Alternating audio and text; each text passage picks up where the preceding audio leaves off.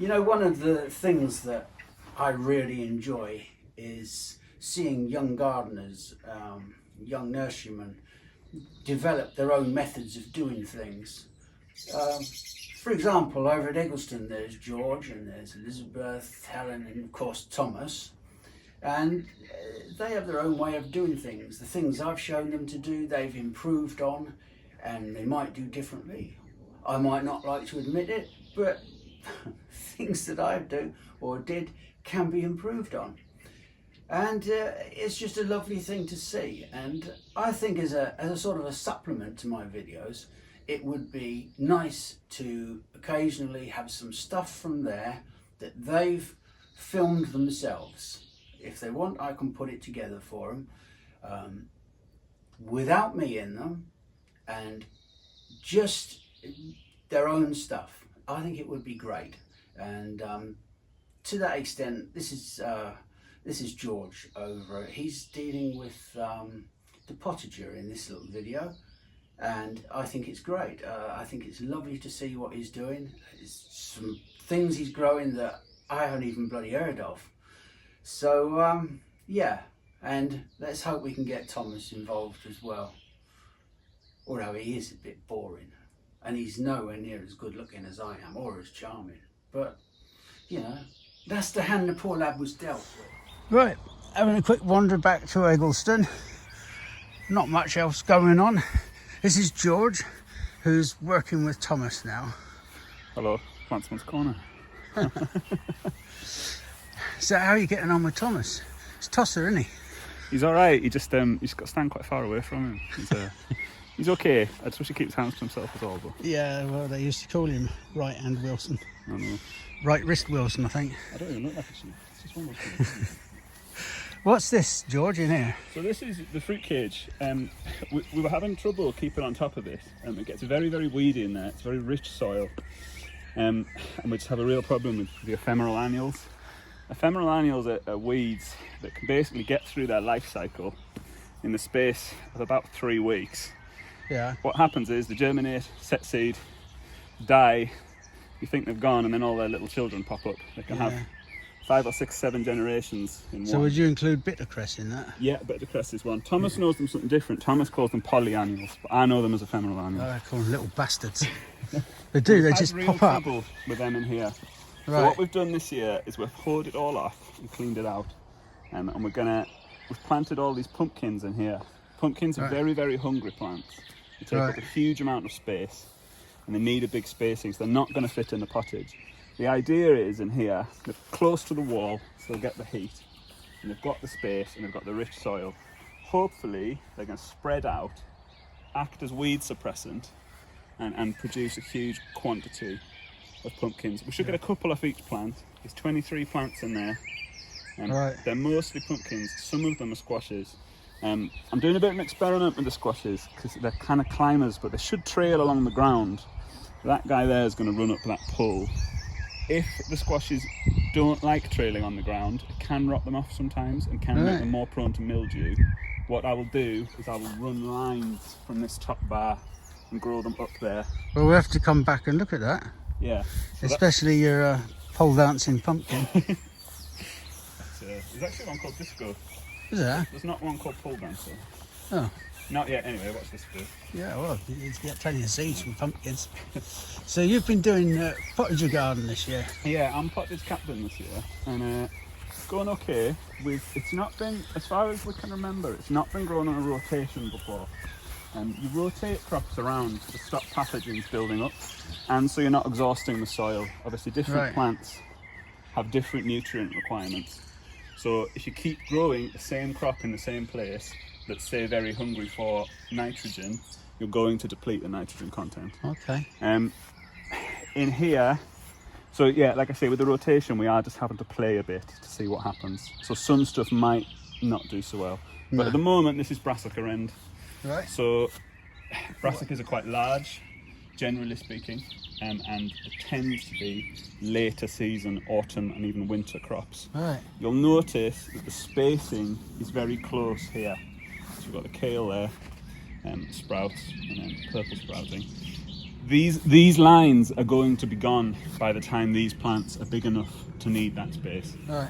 So if you imagine all these blue lines, which is where direct sown plants are, they're going to be gone. They're going to frost it off, or hopefully been eaten. But by the time these need the space, so when you come back in the autumn, this won't look so full, but the plants will be much bigger. Is that like a collard green there? This one here is Cavolo Nero. Right. It's a Tuscan one. That one is called Black Magic. It's very similar to Nero de Tosca, Right. which is another one. It's very tasty. It's got a nutty flavour. It's very, very good for you as well. These are some nasturtiums coming up. I'm quite excited about this one. This one's called Alaska. Can you see that there, Matt? Yeah. That's actually a variegation. It's a variegation that comes true from seed. Right. It's quite unusual for variegations to come true from seed, because a variegation is actually a deformity in the chlorophyll molecula. Fuck me, is it? But yeah, so that's going to be cool. There's another one there. That's Scarlet, that one. Well, what have we got down here? This is Legumes, and then some... Legumes means beans for us. Yeah, sorry, folk. Legumes mean beans for the ignoramuses out there. There's different ones here. These are French climbers. You can see they're twining already. Yeah. Rather than tendril, so they send out a little arm, these just twine from the stem. They're really nice. They're going to be good, I hope. They are quite a pigeon favourite. Are they a green one or a purple one? This one's Cos Violet. You have to pronounce it. So it's going to be purple. Hope so. They go green when you cook them though, don't they? No, that's beans. Is it? As in podded beans will do that. So ballottis, Right. when you get your ballotti beans out, they're beautiful. You cook them and they look anemic and rubbish. Brilliant. French climbing beans, we used to call them jungle beans as kids. I don't Right. know why, but we did. This one's Sunshine. This will be yellow. But to Right. be honest, they're very nice raw in a salad. I just walk along and eat them like sweeties. I think they're delicious. These are some Lizzie grew these. This is two courgettes. This is Defender, that one. Right. So they'll climb as well. They'll come up this frame here. All Climbing these, courgettes. yeah, Right. Okay. they'll tendril fine. So they'll end up there. Because if it trails, it climbs as a general rule. Right. It can be made to. And you get that in ornamental gardening too. So if you imagine something like Ceanothus repens, repens literally means climbing. Literally means creeping. You can make it creep across the other plane. You can just tie it in and force it to creep upwards. It obviously won't layer from the stem. Cucumbers over there. That's supposed to be an outdoor variety. We're doing two this year. That one's called Marketmore. Right. And we're doing a gherkin form. And are you going to remove the male flowers or is it an all female? That one I will remove them.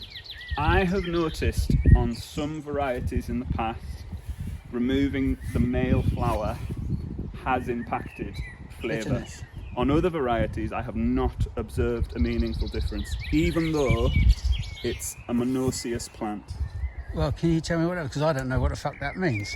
Monoecious literally means one house. Dioecious means two houses. Right. A dioecious plant is one which has male and female flowers on separate plants. Do you know any good knob jokes? It's getting a bit technical I know for quite me. a lot of good nostrils, actually. Right. Right. Squashes as well. They're going to go up there. The frames are all ready. We're going to keep filling this. Right. We are trying to stagger crops so they're coming at different times. Yeah.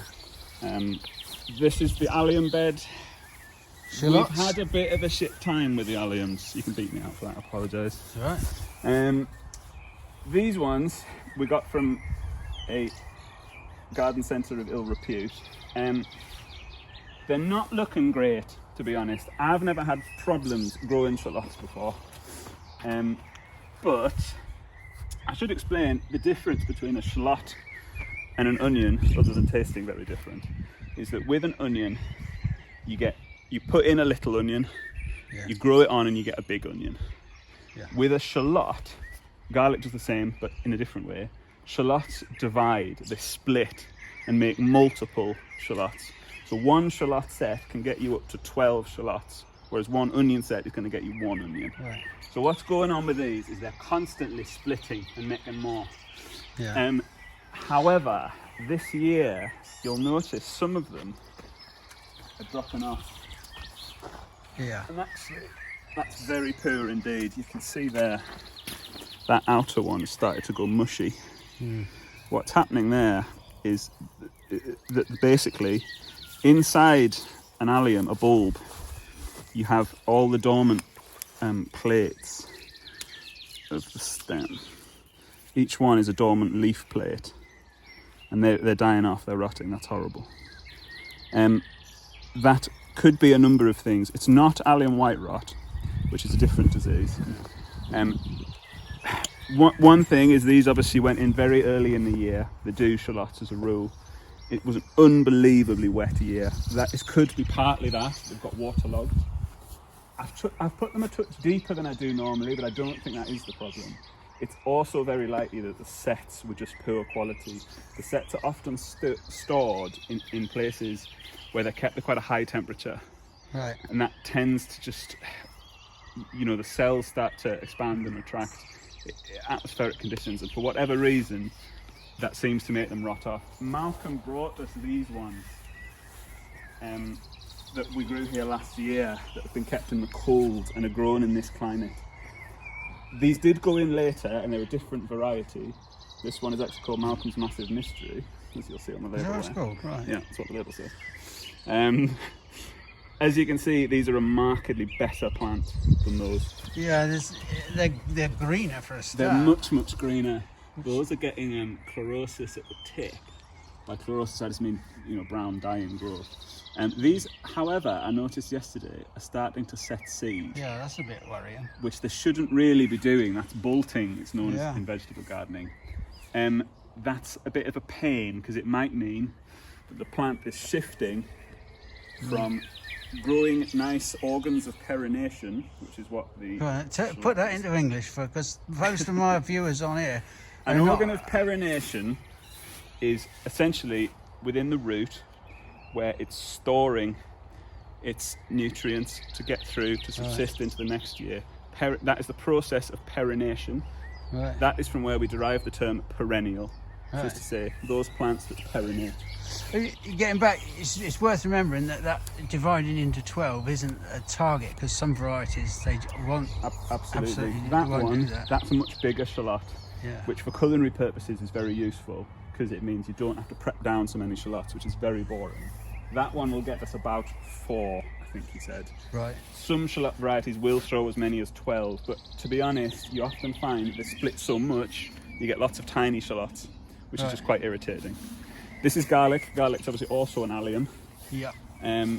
This is an autumn planted variety. It's called Solent White. The Solent is on the Isle of Wight, where there is the famous garlic farm. Yeah, that's where we got them. This is specially bred to overwinter in British climates, which means it's less likely to rot off in the wet. The fact that it hasn't rotted off this year, which is the wettest year anybody can remember, is very, very good indeed. We've grown it here before, Have we? Interesting. Was it good? In pots. How did it do? All right. Good. All right. And I had some in pots last year. It's a really nice variety. It doesn't, when you store it, I have found you do have to make sure it's cold.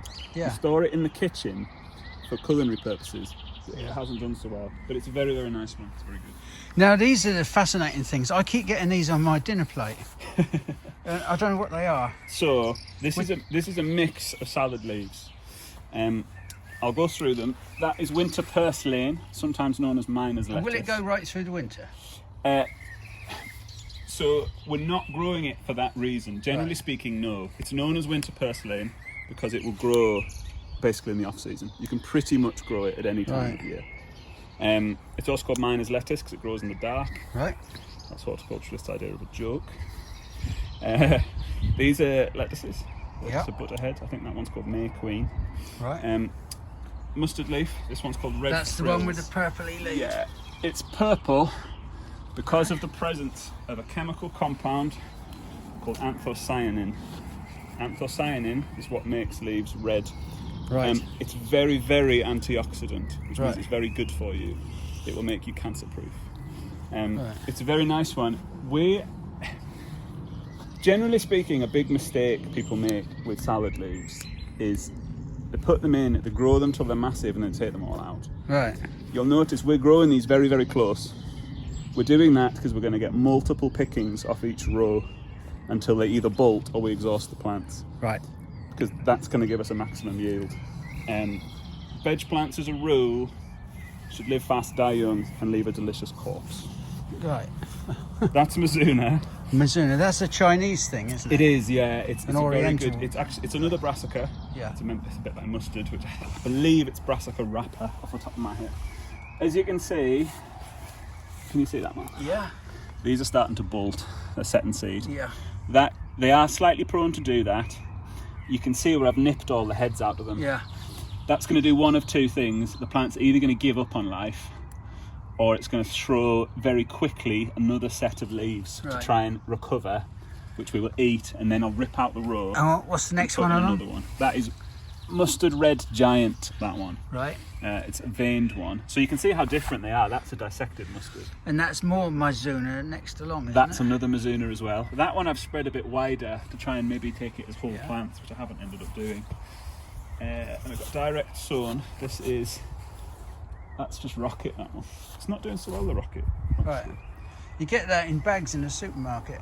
Yeah, it's just a Yeah. wild. It's quite wild. bitter, isn't it? It's peppery, I would say, more than it's bitter. It can be quite woody. Makes a very, very good pesto. Right. But you know, it's £1 a bag in the shop. I think if you're growing yeah. at home, realistically, with vegetable gardening, you have to look at how much stuff actually costs. Yeah. A bag of it, yeah, onions are really fun to grow. Yeah. Per But they're kilo, cheap. they're pennies, and they're very, very cheap indeed. Yeah. Salad leaves, you know, we've got out of these rows, we've got I think 5 picks. Yeah. You know, and it's what, twice the size of a bag in the supermarket, 3 Yeah. times the size. Yeah. So you have to look at the economics of it if you want to do it seriously. Yeah. That's why leaves are the way to go, and you need to grow them fast, get them out. As soon as they look perfect and beautiful, it's time to go, unfortunately. Okay. Beets have been a hit and miss this year, actually. Right. Chioggia, which is a very popular variety, I think the seed's just not been very good. You can see these ones there, that's bolt hardy. Yeah. It's less likely to bolt. That's doing much, much better than Chioggia, and Bulldor, which is golden form, Right. kind of in the middle. Beets are a very good bet to grow because you get the organ of perennation, the bulb, but you also get the leaves. You're obsessed with these perinating organs. I am, aren't you? yeah. It's very important. Make all your organs perinate. So yeah, beets, you can use the leaves as Right. well. You can pick them off, obviously.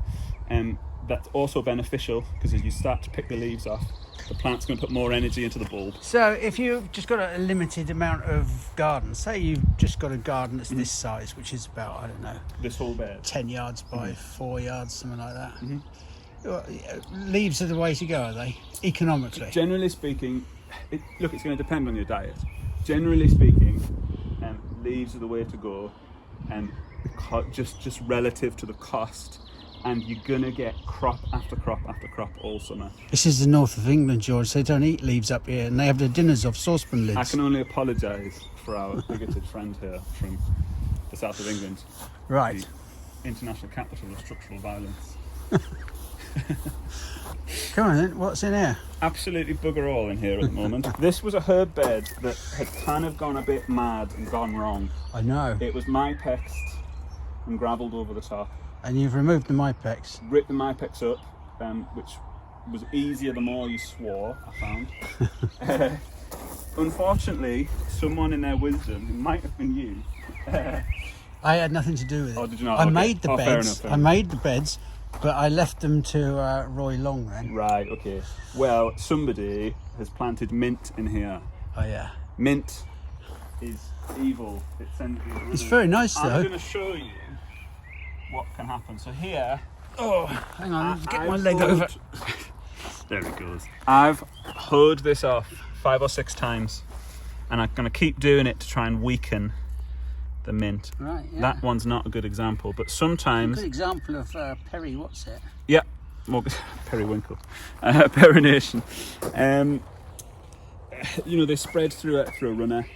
I guess it's technically a rhizome, because it's under the ground, not stolon, which is at ground level. But if you see, here's one I pulled out the other day and I left to die horribly in the sun. That was one dead leaf. yet? I hope so. Yeah. It's dead.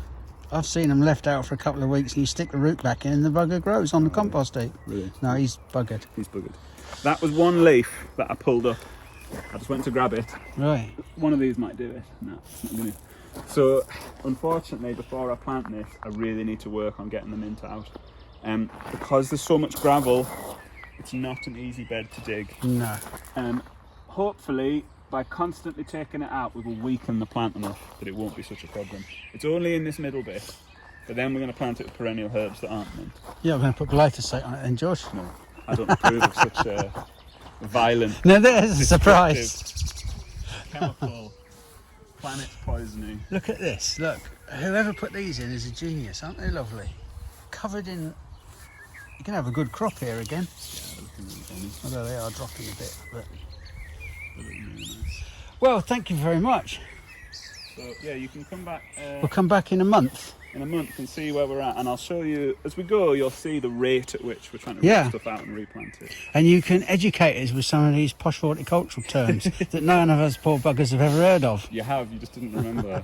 You were at the back of the class writing naughty moves. You see, how did you know? You're only 30, aren't you? Yeah, you give them to me. Have you given me arm ache now? Because George is so tall, I have to keep lifting my arm up. It's shrinking as he gets older. Yeah, you do shrink. Do you? Everywhere. Is it true? Yeah, it is, trust me.